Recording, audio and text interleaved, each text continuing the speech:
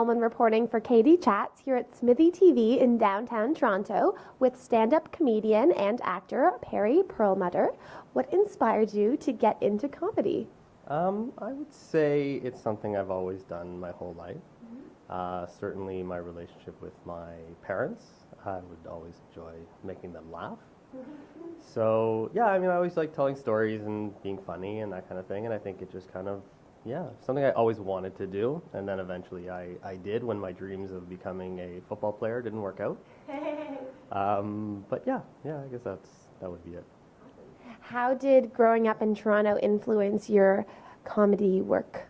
Well, Toronto, I would say, is a great city to learn how to do comedy. The comedy scene is very accepting and open, and you can have somebody who, can, quote unquote, fail many times over, and people still give you a shot because that's just kind of the way we are, I guess. I've seen people who the first few times I've seen them, it's like, I'm not sure if there's anything there, but if you have that drive and you actually have some kernel of talent, it can grow, and it's a great city to do it in. So being in Toronto, I had a lot of exposure, a lot of opportunity, and did a lot of stuff at the Rivoli and Laugh Resort originally, and now I work at Absolute Comedy. So yeah, just very open, and if you want to do it and you have the drive, you have the opportunities to do it. You can create them for sure. And how does it feel to be nominated for a Canadian Screen Award for your work on Comedy Now? Pretty awesome. Yeah, I was very excited about that. I actually, the moment I got off stage from doing the Comedy Now performance, I actually said to my manager, I want to put this in for a Gemini, and then they switched the name on me, so the story's not quite as awesome, but still the same thing. So yeah, so I really felt like I was at the top of my game at the time, and just doing tons of stuff, and still driving and doing that now. But yeah, really awesome to have something that you feel is worthy of notoriety, or getting noticed. I guess the same word.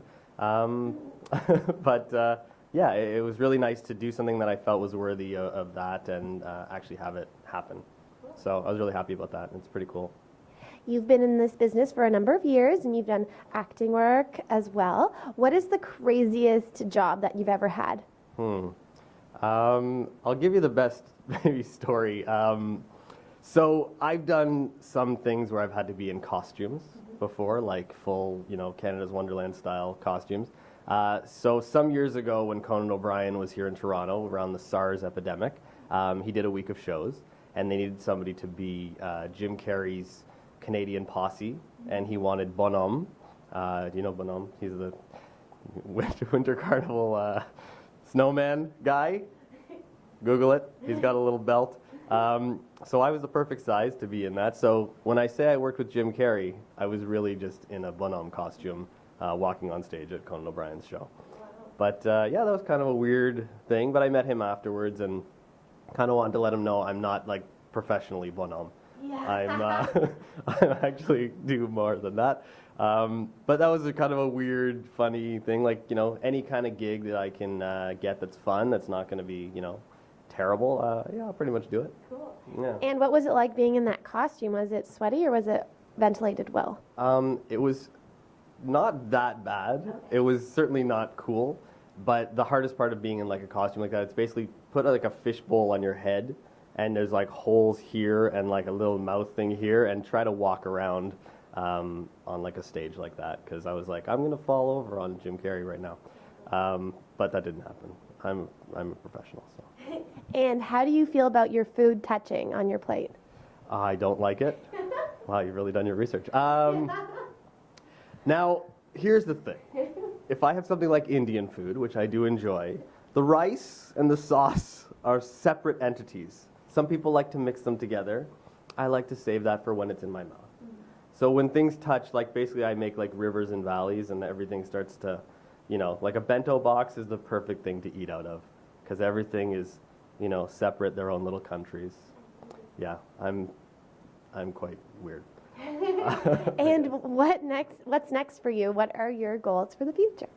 Well, there's I just got back from doing the Hubcap Comedy Festival. Did the Winnipeg Comedy Festival last year, so I think that's kind of a nice run to be on, because you start doing some festivals, sometimes it takes a little while till you get to the next one. Just for Laughs is always a great one to go to, and did a showcase for that recently, so we'll see what happens.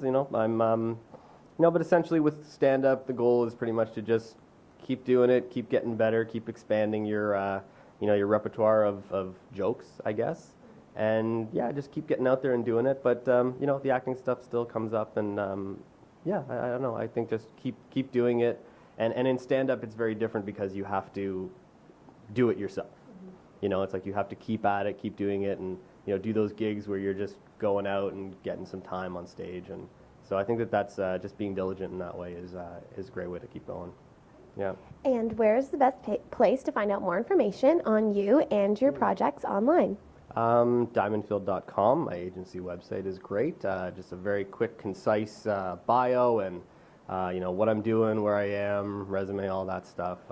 Clips. But you can always Google me, find me, that kind of thing. But Diamondfield's a good spot. It's kind of like a little website-y thing.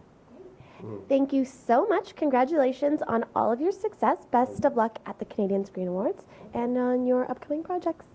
Thanks so much. Thanks for having me. I'm Katie Uhlmann reporting for Katie Chats here at SMITHEE TV in downtown Toronto. Lovely. Cool. Yeah, that was very well done. Thank you.